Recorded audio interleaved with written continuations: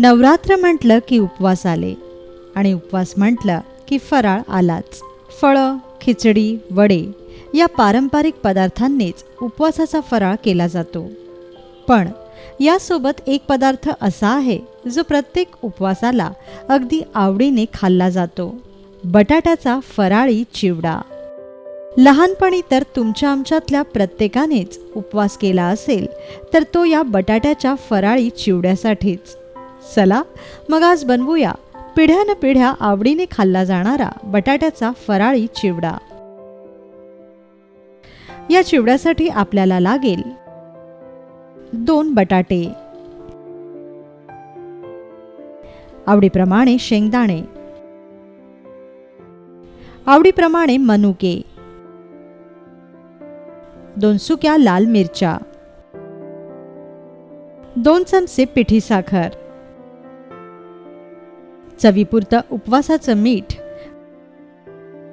आणि तळणीसाठी तेल.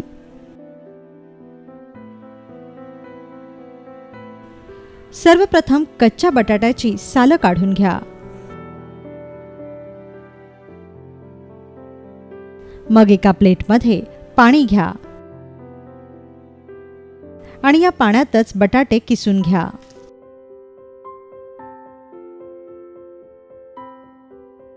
सरळ पाण्यातच बटाटे किसल्यामुळे बटाटे काळे पडणार नाहीत.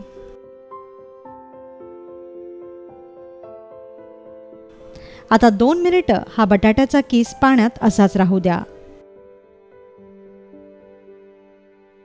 2 मिनिटांनंतर बटाट्याचा किस हाताने दाबून यातील सर्व पाणी काढून घ्या आणि कोरड्या कपड्यावर हा किस पसरवा. पाणी काढलेला हा किस कापडावर 2 मिनिटं पसरवून ठेवल्यानंतर याच कपड्याने दाबून बटाट्याचा किस पूर्णपणे कोरडा करून घ्या.